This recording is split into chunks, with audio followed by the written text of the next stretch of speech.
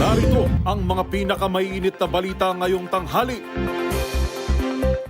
Vice President Sara Duterte hindi sumipot sa sabina ng NBI, humiling na i-reschedule. Murang bigas mula sa Kadiwa Center, dadalhin na rin ng DA sa mga palengke. Dagdag bawas sa presyo ng mga produktong petrolyo, nakaamba sa susunod na linggo. Sa MBC TV correspondents, L300 van nahulog sa bakanteng lote sa Baguio City, isa patay. Sa MBC TV Sports, Fnatic Onic, wagi kontra Team Liquid ID sa M6 World Championship Opener. Aurora, bigo sa Falcon Esports. At sa Showbiz Spotted, ilang artista nagpahayag ng suporta kay Neri Naig. Chito Miranda nagpasalamat sa alok na tulong ng kanyang tiyuhin na si dating Senador Kiko Pangilinan.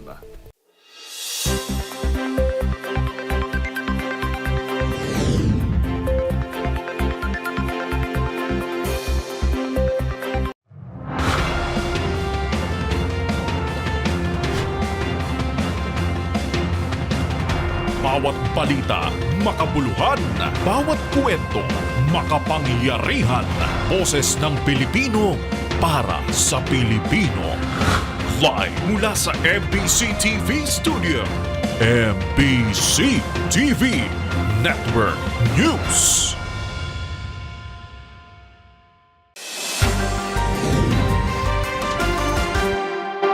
Pilipinas, una sa ating mga balita. No-show si Vice President Sara Duterte sa sabina na isinilbi sa kanya ng National Bureau of Investigation o NBI. Sa panig naman ng bise, bigo itong makasipot dahil sa simpleng miscommunication at inakalang conflict of schedule. Ang mga detalye tutukan sa report ni Kyle Bulias. Hindi sumipot si Vice President Sara Duterte sa investigasyon ng NBI. Batay sa sulat na ipinadala ng kanyang kampo, huli na nang malaman ng kanyang tanggapan na kinansela pala ng Kamara ang pagdinig ngayong araw para bigyang daan ang sabina ng NBI. Sabi ni NBI Director Jaime Santiago, pansamantalang ireresked ang investigasyon sa December 11, 2024. Kaugnay nito, binigyang diin ni Santiago na lahat ng anggulo ay kanilang iimbestigahan. Susuriin niya hindi lamang ang banta ni VP Sara kina Pangulong Bongbong Marcos, kundi pati ang sinasabi nitong banta sa kanyang buhay.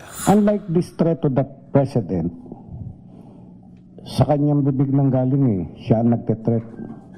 Pero yung nagte-threat sa kanya, hindi natin alam kung sino. Hindi niya sinasabi. Diyan namin kailangan ng cooperation ni Vice President.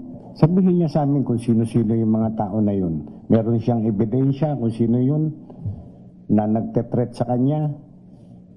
Yun. Una rito, sinabi ni Santiago na sakaling hindi makapagtulungan si VP Sara, ituturing nila itong pag-waive ng kanyang karapatan para magpaliwanag at ipagpapatuloy pa rin nila ang kanilang investigasyon sa kung sino ang nakausap umano nito para ipapatay sina Pangulong Marcos sakaling may mangyaring masama sa kanya. Bukod dito, nilinaw ni Santiago na ang NBI ay nangangalap lamang ng mga ebidensya at nag-iimbestiga. Isusumitean niya nila ang kanilang report at mga rekomendasyon sa Department of Justice at sila na ang magdedesisyon kung makakasuhan ba si Vice President Sara Duterte. Para sa MBC TV Network News, ito si Kyle Bulias ng DZRH, una sa Pilipinas, una sa Pilipino. Hinarang ni Pangulong Ferdinand Marcos Jr. ang ikinakasang impeachment complaint laban kay Vice President Sara Duterte.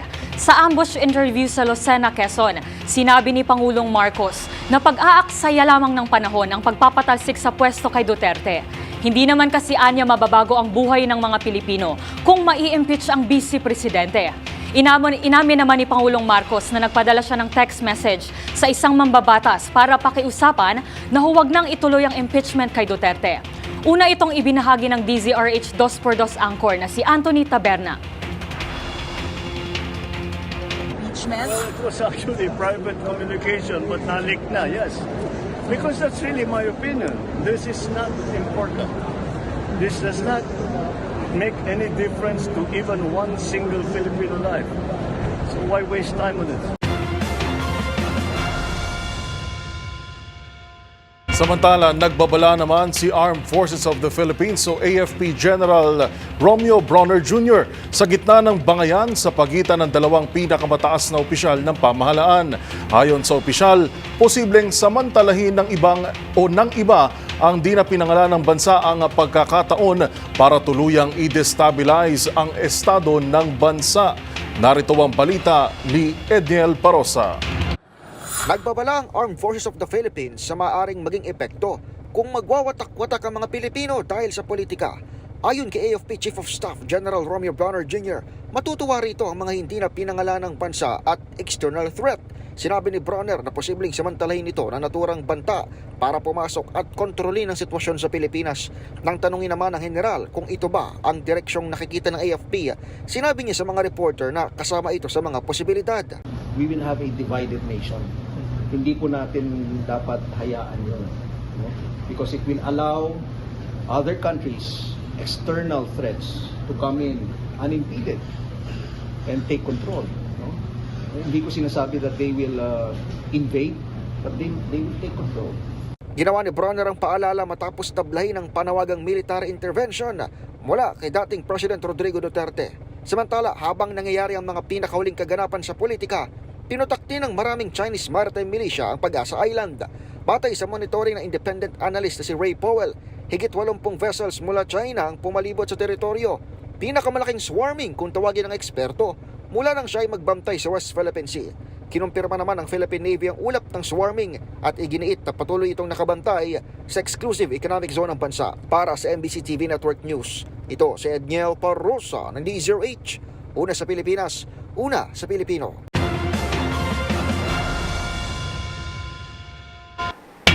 Para sa Pilipinas at para sa Pilipino, dito sumentro ang pahayag ni House Speaker Martin Romualdez sa harap ng Kamara at Senado kasabay ng pagbubukas ng Bicameral Conference Committee. Ayon kay Romualdez, madaling magkakasundo ang buong lehislatibo kung paiiralin ng Filipino First Budget o pondo para sa totoong ikabubuti ng mga Pilipino. Pakinggan natin ang ulat ni Milky Rigonan. Binigyang din ni House Speaker Martin Romualdez sa Bicameral Conference Committee ang paglikha ng panukalang 2025 budget na nakasentro at inuuna ang kapakanan at pangailangan ng mga Pilipino. Mensahe ito ni Romualdez sa unang pagpupulong ng BICAM na layuning i-reconcile ang magkakaibang bersyon ng Kamara at Senado. Ayon kay Romualdez, sa panig ng Kamara, huwag gawing komplikado ang pagtitibaying 2025 national budget na nagkakalaga ng 6.352 trillion pesos. Sa bersyon anya ng Kamara, pinagtuon ng pansin ang prioridad ng mga Pilipino. May baba ang presyo ng mga pagkain, lumika ng mga trabaho, gawing abot kaya ang health services, paunlarin ang edukasyon at tiyakin ang disaster preparedness ng gobyerno. Narito si House Speaker Martin Romualdez. In the House, we've worked hard to ensure that our version of the budget reflects the priorities of the Filipino people. We focus on what's urgent, keeping food prices down, creating jobs, making healthcare accessible, improving education, and ensuring disaster preparedness. Dagdag pa ng House Speaker, magkaiba man ang paraan ng dalawang kapulungan, pero dapat ang layunin ay pareho para mapabuti ang kalagayan ng mga Pilipino. Para sa MBC TV Network News, ako si Milky Rigonan, una sa Pilipinas, una sa Pilipino.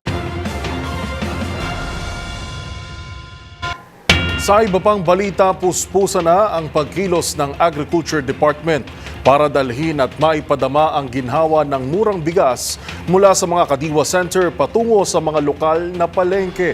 Ayon kay Agriculture Secretary Francisco Chu Laurel Jr., paraan ito ng ahensya para tugunan ang hindi bumababang presyo ng bigas at humikayat ng healthy competition sa merkado.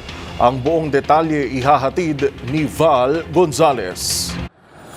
Makakabili ni rin ng mas murang presyo ng bigas sa mga pangunahing palengke sa Metro Manila at ilan pang lugar sa bansa sa susunod na mga araw.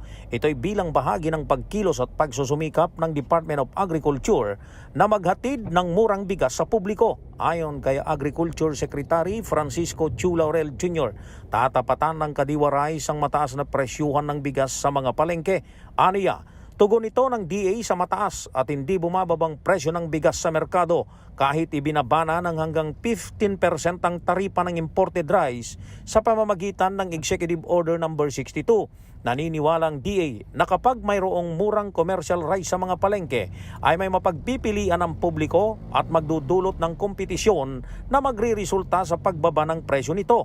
Paliwanag ng kalihim, pinilit nilang huwag pasukin ng kadiwa ang mga palengke upang protektahan sana ang kabuhayan ng mga rice retailers, pero wala naman aniyang nakikitang epekto sa merkado ang pagbaba sa buwis ng imported rice. Samantala, una nang inihayag ng DA na makapagtatayo ang ahensya ng 179 na kadiwa stores sa iba't ibang rehiyon ngayong taon mula sa target na 1,500 tindahan sa buong bansa pagsapit ng taong 2028. Para sa MBC TV Network News, ako si Val Gonzalez, una sa Pilipinas, una sa Pilipino.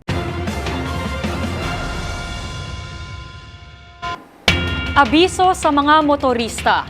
Namumuro ang dagdag bawas sa presyo ng mga produktong petrolyo sa unang linggo ng Disyembre. Ayon kay Director Rino Abad ng Oil Industry Management Bureau ng DOE, posibleng tumaas ng 50 centavos hanggang 80 centavos ang kada litro ng gasolina. Habang may rollback naman na nakaambas sa diesel at kerosene na posibleng maglaro sa 10 centavos hanggang 30 centavos. Inaasahan ng DOE ang oversupply sa petrolyo at mababang demand sa unang bahagi ng 2025.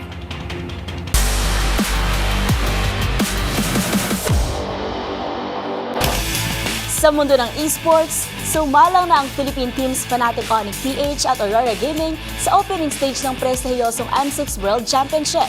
At sa kanilang unang game, agad nagpakitang gilas ang MPL Philippines Season 14 Champions AFNOP matapos talunin ng Team Liquid Indonesia, habang bigo naman ng Aurora Gaming na matalo ang Myanmar club na Falcon Esports.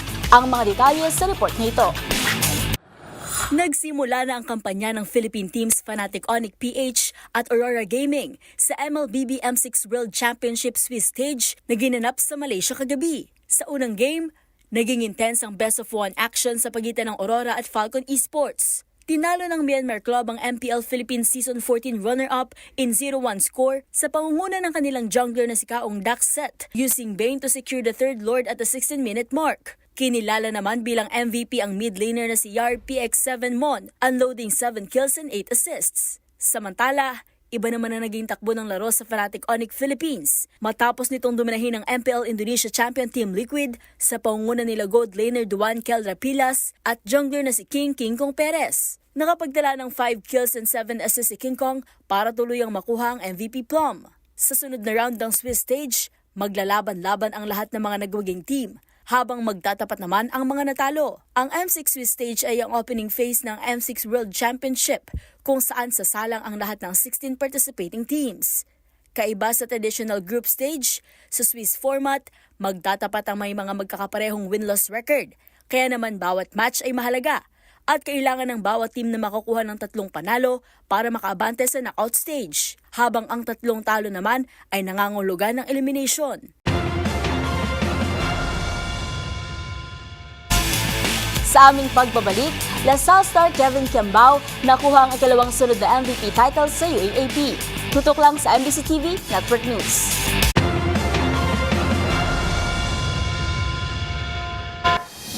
Narito pa ang mga balitang dapat niyong abangan. Ilang kalsada isasara para sa paggunita ng ika-161 na Bonifacio Day. Paglilinaw ng Malacanang na bawal ang pogo sa SEZA, pinuri ni Senator Riza Ontiveros. Sa MBC TV Global, social media ban sa mga kabataan sa Australia, pasado na. Sa MBC TV Sports, Kevin Kiambao ng LaSalle nakakuha ng ikalawang sunod na UAAP MVP title. At sa Showbiz Spotted, K-pop group New Jeans winakasan na ang kanilang exclusive contract sa Adore. Lahat ng yan sa pagbabalik ng MBC TV Network News.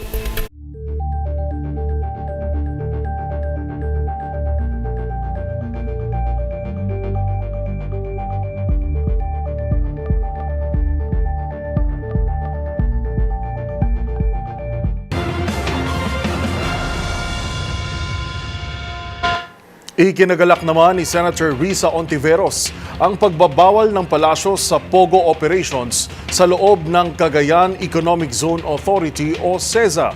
Ito'y kasunod ng mga ulat na maraming Chinese-operated POGOs dito ang pinagsasamantalahan at pinagkakakitaan pa umano ng mga dating opisyal ng economic zone. Paghihikayat ng Senadora, suportahan ang batas na magpapatibay sa POGO ban ng Pangulo. Magbabalita si Raymond Dadbaas. Nagpasalamat si Senador Risa Hontiveros sa Malacanang sa paglinaw na hindi exempted ang Cagayan Economic Zone Authority o CEZA sa POGO ban sa bansa. Ito'y kasunod ng direktiba ni Executive Secretary Lucas Bersamin sa Anti-Money Laundering Council o AMLA kung saan nabanggit na bawal din ang offshore interactive gaming sa CEZA. Sa pagsasara ng hearing hinggil sa mga POGO, lumabas na maraming Chinese POGO companies ang nag-operate sa CEZA na ginawa umanong gatasan ng mga dating opisyal sa nasabing economic zone sa Santa Ana, Cagayan. Nanawagan din si Ontiveros kay Executive Secretary Bersamin na pati ang mga online games sa mga casino-operated licensed casinos ay tuluyan na ding ipagbawal dahil lumabas din sa kanilang pagdinig sa Senate Committee on Women and Children hinggil sa POGO na maraming mga kumpanya ang nananamantala sa exemption gaya ng kumpanyang Nine Dynasty. Umaasa itong maglalabas din ng memoranda ang kalihim at tuluyan ng ipagbawal ang mga PAGCOR licensed casino sa pag-ooperate ng offshore gaming operations ng ilang mga kumpanya. Nanawagan din ang Senador sa Malacanang na suportahan ang mga anti-POGO bill na tinatalakay ngayon sa Senado upang hindi na umaasa sa executive order kundi batas na ang tuluyan ng magbabawal sa operation ng Philippine Offshore Gaming Operators o POGO. Pagtitiyak ito pang hindi na kailanman makababalik pa ang operation ng POGO sa bansa. Para sa MBC TV Network News, ito si Raymond Dadpaas, una sa Pilipinas, una sa Pilipino. Nilinaw ng Commission on Elections o COMELEC na tali ang mga kamay nito pagdating sa pamamahagi ng ayuda ng ilang kumakandidato bago ang 2025 midterm elections. Ayon sa COMELEC, hindi pa ito pasok sa premature campaigning dahil hindi pa sila formal na kinikilala ng ahensya bilang opisyal na election candidates. Ang buong detalye sa report na ito. Walang kapangyarihan ng Commission on Elections o COMELEC na ipagbawal ang pamimigay ng mga ayuda bago magsimula ang campaign period para sa 2025 national and local elections. Ito ang nililaw ni Attorney George Garcia, chairman ng COMELEC sa programang 2x2. Sang-ayon sa desisyon ng Supreme Court, lahat ng naghain ng kandidatura noong October 1 to 8 ay hindi pa ganap na kandidato. Ayon kay Garcia, itinuturing pa lamang na aspirante ang mga ito, kaya hindi pa nag-a-apply ang premature campaigning. Wala pong prohibition, wala pa po kaming kapangyarihan na i-prohibit halimbawa yung distribution ng mga ayuda na yan sapagkat ang kapangyarihan ng COMELEC po, Sir Jerry, ay papasok pa lamang sa Enero ng 2025. Maaari namang humingi ng exemption sa COMELEC ang mga ahensya ng gobyerno para maipagpatuloy ang mga distribusyon nito ng ayuda kahit pa nagsisimula na ang pangangampanya. Ang mga ahensya ng national government at hindi ang mga lokal na pamahalaan o politiko ang inatasan na mag-request nito mula sa COMELEC. Paalala ni Garcia, sa pagsisimula ng campaign period, mag-a-apply na ang mga prohibition sa social services at ban sa public works. Kaya nga marapat po sana yung mga local governments kasama ang mga national government agencies ay ngayon pa lamang ganito kaaga makapaghingi na kagad ng exemption upang masuri ng COMELEC kung sila papayagan o hindi sa distribution. Bukas din ani ang COMELEC na magbigay ng limitasyon sa mga ahensya na magagawaran ng exemption, na iwasan ang magpadala ng mga politiko para kumatawan sa kani-kanilang kagawaran kapag may distribusyon, lalo na kung ito ay kumakandidato. Paglilinaw naman ni Garcia, hindi magiging balakid ang COMELEC sa pamamahagi ng tulong sa ating mga kababayan. May limitasyon ani ang mga patakaran dahil sa mga humanitarian considerations. Kabilang na riyan ang automatic exemption kapag ang isang lugar ay humaharap sa isang sakuna o kalamidad at nangangailangan ng immediate help kagaya ng mga ayuda. Para sa MBC TV Network News, ito si Rose Babiera. Una sa Pilipinas, una sa Pilipino.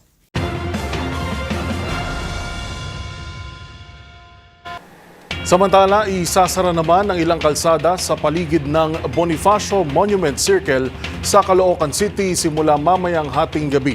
Kaugnayan ng ika-161 birth anniversary ni Gat Andres Bonifacio.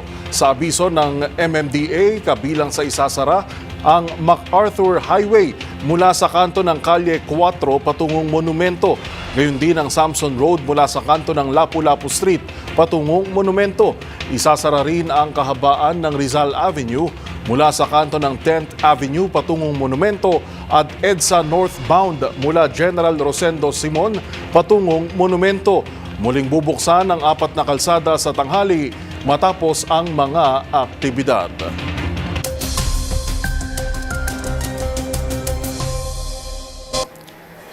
Pilipinas, malaking bahagi ng bansa ang makakaranas ng mga pagulan dahil sa epekto ng 3 weather systems. Sa Northern at Central Luzon, patuloy pa rin ang malamig na bugso ng hanging amihan na siyang magdadala ng mahihinang pagulan sa bahagi ng Cagayan, Cordillera, Aurora, pati na rin sa Calabar Zone.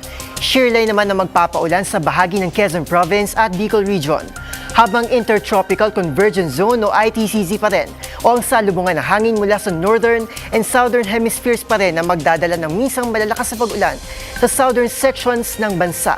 Kabilang dito ang Eastern Visayas, Caraga, Surigao, Dinagat at ilan pang karatig na rehiyon sa Mindanao. Over the weekend, may panibagong low pressure area o LPA na posibleng mabuo sa pagitan ng Visayas at Mindanao. Ayon sa Pag-asa, gamat mababa ang tsansa nito na maging bagyo ay magpapaulan pa rin ito sa Southern Luzon, Visayas at Mindanao, kasama ng shearline sa Hilaga at ITCZ sa Timog. Maghanda po sa banta ng pagbaha dahil tinatayang makakaranas ng malalakas na buhos ng ulan ang buong Bicol Region, ilang bahagi ng Eastern Visayas, pati na Aurora at Quezon mula bukas hanggang sa araw ng Linggo. Samantala, magpapatuloy pa rin ang bugso ng malamig na amihan mula naman sa Northern Luzon. At yan muna ang latest sa lagay na ating panahon ngayong Biyernes. Happy weekend po sa ating lahat. Para sa NBC TV Network News, ito si Arnold Herrera. Una sa Pilipinas, una sa Pilipino.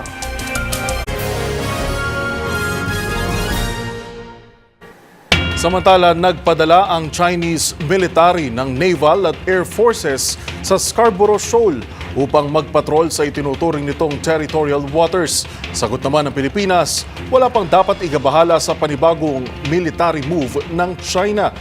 Yan at ang iba pang mga napapanahong balita mula sa iba't ibang panig ng mundo.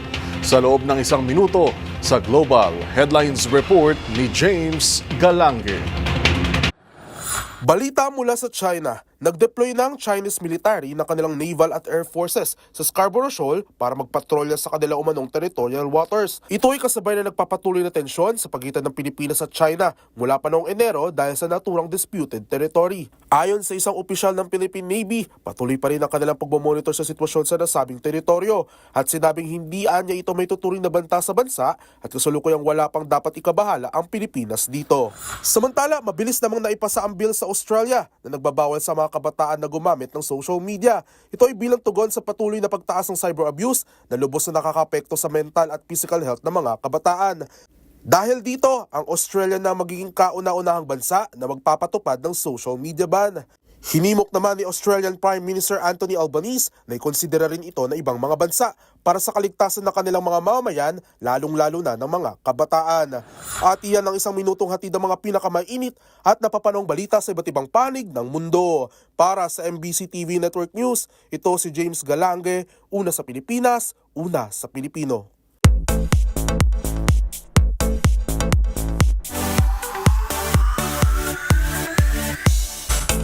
Sa mundo ng K-pop, humarap sa isang emergency press conference ang New Jeans.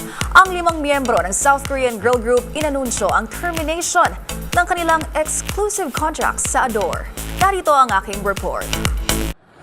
Winakasan na ng South Korean girl group New Jeans ang kanilang exclusive contract sa kanilang agency na Adore, subsidiary ng entertainment company na HYBE. Ang termination ng kanilang mga kontrata, inanunsyo ni Minji, Hani, Daniel, Herin at Hain sa pamamagitan ng isang emergency press conference na ginanap sa Seoul. Ayon sa K-pop stars, tila wala raw plano ang HYBE na tugunan ng kanilang mga hinaing. Nito lang November 13 ang magpadala ng Certification of Contents ang grupo sa Adore. Nakasaad ditong kung hindi aayusin ng naturang agency ang significant breaches sa kanilang kontrata sa loob ng 14 na araw ay tuluyan na silang kakalas sa Adore. Samantala, inihag din ng grupo na posibleng hindi na nila magamit ang pangalang New Jeans. Ngunit tiniyak ng Super Shy hitmakers na ipaglalaban nila ito. Mga gunita na kamakailan lang, nagbitiw din bilang internal director ng Adore si Min Hee-jin.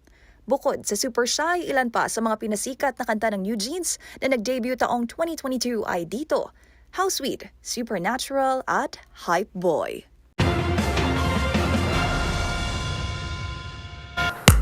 At sa aking pagbabalik, ilang artista nagpaabot ng suporta sa aktres at negosyanteng si Neri Naig. Manatiling nakatutok dito lang sa MBC TV Network News, BRB.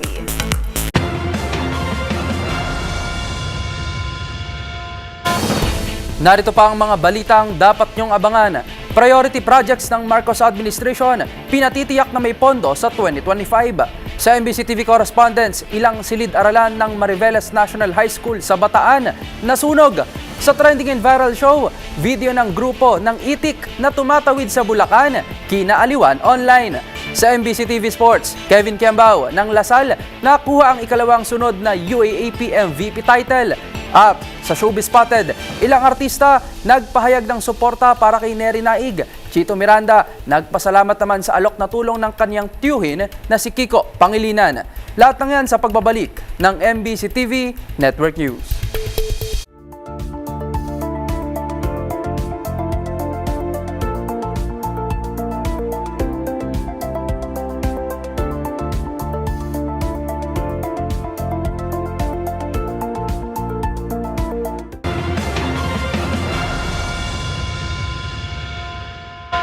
Sa pagpapatuloy ng ating balitaan, pinatitiyak ni Pangulong Bongbong Marcos ang sapat na pondong ilalaan para sa priority projects ng kanyang administrasyon sa susunod na taon.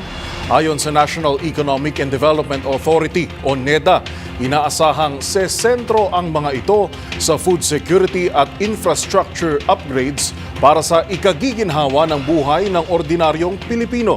Narito ang report ni Rose Babiera. Ipinag-utos ni Pangulong Bongbong Marcos sa mga economic manager na siguruhing may pondong nakalaan para sa mga priority project ng administrasyon para sa taong 2025. Sa pagpupulong sa Malacanang, tinalakay at tinukoy ni PBBM at ng kanyang economic team ang mga infrastruktura at food security project na bibigyang prioridad sa susunod na taon. Hindi man espesipikong nabanggit kung ano-ano ito. Ayon kay National Economic and Development Authority o NEDA Secretary Arsenio Balisacan, ito ang mga proyekto na may kritikal na papel sa pagkamit ng social at economic transformation. Nilinaw naman ni Secretary Balisacan na hindi na kailangang mag-impose ng bagong buwis para sa mga inisyatibong ito at ang pagpapabuti ng mga existing laws anya ang susi para masiguro na mapopondohan ng gobyerno ang mga programa at proyektong mapapabilang sa priority projects. Gayunpaman, handa ang Department of Finance o DOF sa mga bagong hakbang at polisiya kung kinakailangan. Dumalo rin sa pagpupulong si House Speaker Martin Romualdez at Senate President Chis Escudero na siniguro na mananatiling nakasuporta ang Kongreso sa mga high priority project na ito. Para sa MBC TV Network News, ito si Rose Babiera. Una sa Pilipinas, una sa Pilipino.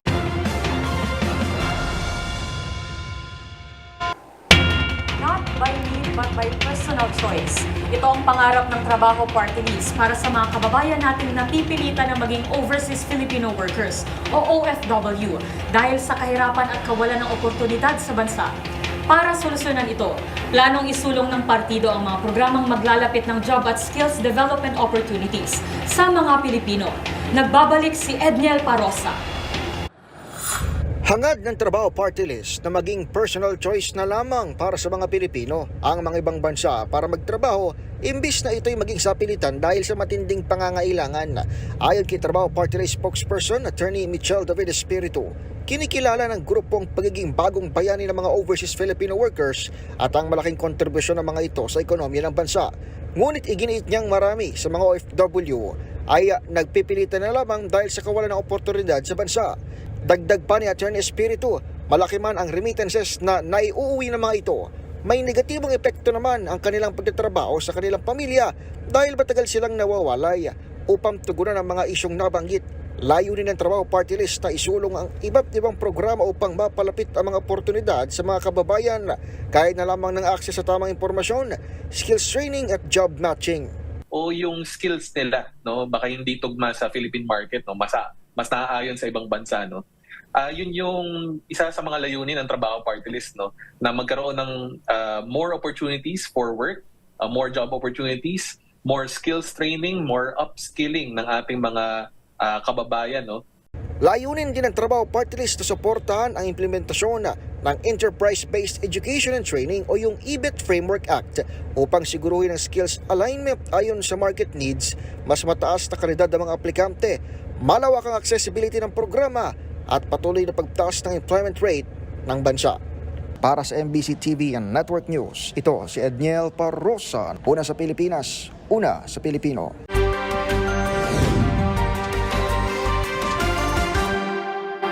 Isa ang patay habang 4 naman ang sugatan sa pagbulusok ng isang L300 van sa bakanteng lote sa Baguio City. Yan at ang iba pang mga rumarapidong balita mula sa probinsya, hatid ng iba't ibang istasyon sa ilalim ng MBC Media Group. Balita mula sa Baguio City, nauwi sa trahedyang pamamasyal ng isang grupo ng mga lokal na turista sa Baguio City. Ito'y matapos mahulog at bumaliktad sa bakanteng lote sa Parapad North Sanitary Camp ang sinakyan nilang L300 van kahapon. Nagresulta ito sa pagkasawi ng isang taong gulang na bata at sugatan naman ang 4 na iba pa. Ayon sa mga residente sa pinangyarihan na aksidente, nakarinig sila na malakas na ingay at ng kanilang puntahan ay tumambad ang L300 van na nahulog at nakabaligtad sa isang bakanteng lote. Nagtulungan ang mga motorista sa pagsaklolo sa mga pasahero at sinugod sa paggamutan ang 8 individual. Ayon sa Station 2 ng Baguio City Police Office, ang mga biktima ay kinabibilangan ng 9 na bisita mula sa Pangasinan at Bicol, kasama ang isang British national na hindi naman nasugatan. Sinabing palad na nasawi ang isang taong gulang na batang lalaki dahil sa matinding sugat na tinamot nito sa ulo, samantalang nasugatan ng 4 na pasahero. Batay sa report, tinatako umano ng L300 van ang paket na bahagi ng kalsada, subalit nawalan nito ng buwelo dahilan ng pag-atras nito at tuloy-tuloy na nahulog at bumaligtad sa bakanteng lote. Bago mangyari ang aksidente ay patungo sana ang mga biktima sa Mines View Park dito sa lungsod. Para sa MBC TV Network News, ito si Romy Gonzales, una sa Pilipinas, una sa Pilipino. Problema ngayon ng mga guro at estudyante kung saan sila pupwesto magturo at para sa pag-aaral ng mga estudyante. Matapos lamunin ng malaking apoy ang 2 gusali ng paaralan sa Cabcabin National High School sa Barangay Cabcabin, Maribeles, Bataan. Dahil sa mabilis na pagresponde ng mga pamatay sunog mula sa iba't ibang bayan sa Bataan, agad napatay ang malaking apoy. Sa ulat ng Maribeles PNP, naganap ang sunog kagabi alas 9:30 at idiniklarang fire out 9:45. Wala namang napaulat na nasaktan sa naganap na sunog at kasalukuyang inaalam pa rin kung saan nagmula ang apoy at halaga ng tinupok ng apoy. Sa ngayon, nag-uusap na ang buong LGU Maribeles at pamunuan ng paaralan para tulungan ang mga guro at estudyante na hindi maantala ang kanilang pagtuturo at pag-aaral ng mga estudyante sa nasabing nasunog na paaralan. Para sa MBC TV Network News, Danny Kumilang, RS37, una sa Pilipinas, una sa Pilipino. Balita mula sa Pangasinan. Arestado sa sinagawang entrapment operation ng Baguio City Cyber Response Team sa pangunguna ni Police Major Ani Carmel Comising kasama ang Posurubio PNP sa pamumuno ni Chief of Police Major Jordan Tomas ang mag-asawa na sila Jane Joyce Vergara at Arturo Norico Vergara Jr., kapwa residente ng Barangay Inuman, Posurubio dahil sa pagbebenta ng mga free registered SIM cards. Sa ulat ni Police Major Tomas, isinagawa ang operasyon sa MacArthur Highway, Barangay Cablong na nagresulta sa pagkadakip sa mga suspek matapos magkaabutan ng 600 piraso ng pre-registered SIM card at mark money. Nagkakahalaga ng 15 piso kada isa ang SIM card na binenta ng mga suspek na may kabuang halagang 9,000 pesos. Sa ngayon, nasa kustodiya ng Posurubio Police Station ang mag-asawa at naharap sa kaso ng paglabag sa Public Act No. 10175 o Cybercrime Prevention Act of 2012. Para sa MBC TV Network News, ito si Freddy Fajardo, RH38, una sa Pilipinas, una sa Pilipino. 87 naman ang mga CAFGU ng 43rd Infantry Battalion ay tumanggap ng incentive allowance mula sa local government units ng Katarman. Naganap ang seremonyas kahapon sa distribution ng incentives na 1,000 pesos para sa nasabing mga KAFGO kung saan dumalo si 43rd Infantry Battalion Commanding Officer Lieutenant Colonel Nazer Arujo at Battalion Executive Officer Lieutenant Colonel Alan Divina. Halagang 2,000 nagbinigay ng local government units Katarman sa nasabing mga KAFGOs para sa buwan ng Oktubre at buwan ng Nobyembre ngayong taon na allowance.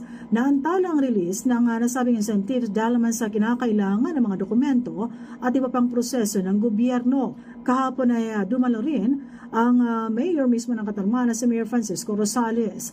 Ang insentibo ng mga KAFGO ng local government units ay bilang pasasalamat sa serbisyo ng civilian arm ng militar. Ang nasabing mga KAFGO ay walang sahod at tumatanggap lamang ng incentive na nagkakalaga ng 4,500 sa kada buwan mula sa gobyerno. Mula sa MBC Network News, RH34 Jane Galit Pantayan, una sa Pilipinas, una sa Pilipino.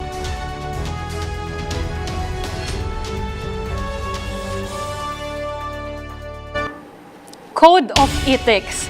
Isang grupo ng mga itik ang tumambad sa mga motorista sa isang kalye sa Pulilya, Bulacan. Ang mga itik, sabay-sabay kasing tumatawid sa kalsada na tila mga estudyante sa kanilang field trip. Ang eksenang ito, sa halip na kainisan ng mga motorista dahil sa naantala nilang biyahe, kinaaliwan pa ang pagtawid na ito ng binansagang duck crowd. Silipin sa report na ito.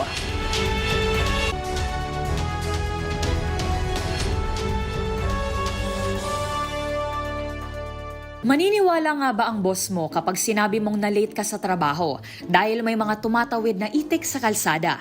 Ganito ang hirit ng mga netizens sa comment section sa viral na video ng mga itik sa Pulilan, Bulacan. Ang daang-daang itik kasi, sama-sama sa pagtawid sa kalsada na nagdulot ng pagkaantala ng trapiko. Ngunit sa halip na kainisan ng mga motorista, ay kinaaliwan pa nila ito. Gaya na lamang ng uploader ng video na si Red Ronquillo, na aniya pa sa caption ay may field trip daw ang mga naturang itik. Sabay-sabay kasi na para bang disiplinadong mga estudyante ang mga itik sa kanilang paglalakad habang sumusunod sa isang lalaki na nagpapastol sa kanila. Bukod dito, natuwa rin ang mga netizen sa mga motorista na sadyang pang tumigil para lamang padaanin ang mga itik na tumatawid. Biro pa nga ng isa, naintindihan daw ng mga motorista ang Code of Ethics. Para sa DZRH TV, ito si Rose Babiera. Una sa Pilipinas, una sa Pilipino.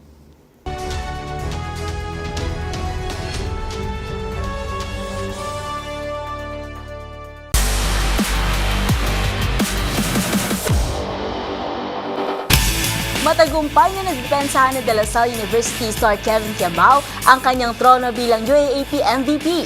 Para kasi sa kasalukuyang Season 87, muling kinilala si KQ bilang Season MVP. Ang mga detalye tutukan sa report na ito. Muli na namang hinirang bilang UAAP Men's Basketball Most Valuable Player ang De La Salle University star na si Kevin Kiambao. Nanguna ito sa statistical points race with 81.357 SPs on average of 16.6 points, 8.6 rebounds, 4.1 assists, at 1.0 steal sa kada game ngayong Season 87. Pero maliban sa kanyang impressive stats, naging malaking bahagi rin si KQ para muling makuha ng kanyang team ang top seed sa dulo ng eliminations at tuluyang masecure ang Final Four berth. Samantala, pumangalawa sa ranking ang kapwa nito LaSalle player at Medical 5 member na si Mike Phillips with an average of 12.0 points, 11.6 rebounds, 2.4 assists per match para makuha ang 74.929 SPs. Kabilang din sa Medical 5 si JD Kagulangan mula University of the Philippines with 11.8 points, 5.0 assists at 5.0 rebounds per game para makakolekta ng 69.167 SPs. Habang nakuha ni VJ Pre mula Far Eastern University ang Rookie of the Year Award after tallying 50.857 SPs on 7.1 points, 6.4 rebounds, and 1.4 assists per ball game sa Sabado, November 30. Magsisimula ang tapatan ng apat na teams na DLSU, UP, University of Santo Tomas at Adamson University sa semifinals. At yan ang mga latest updates sa mundo ng sports. Para sa MBC TV Network News, ito si Mili Borja, una sa Pilipinas, una sa Pilipino.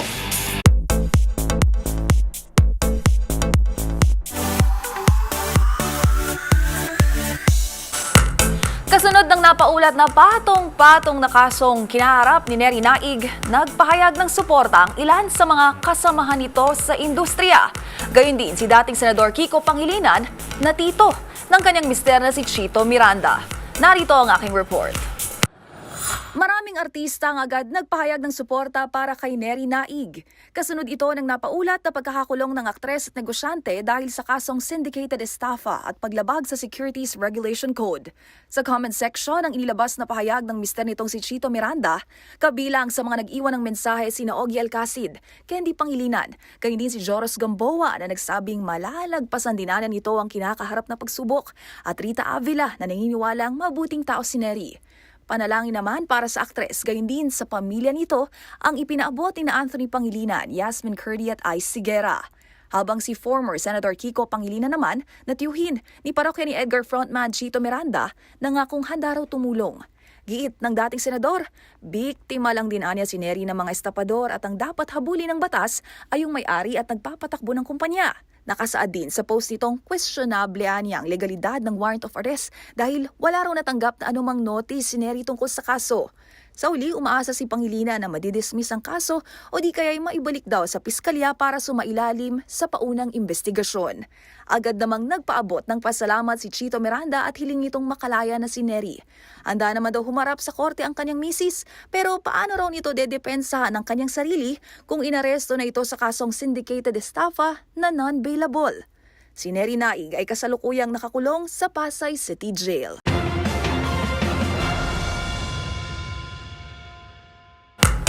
Para sa MBC TV Network News, ito pang yung showbiz angel Angelica Cosme.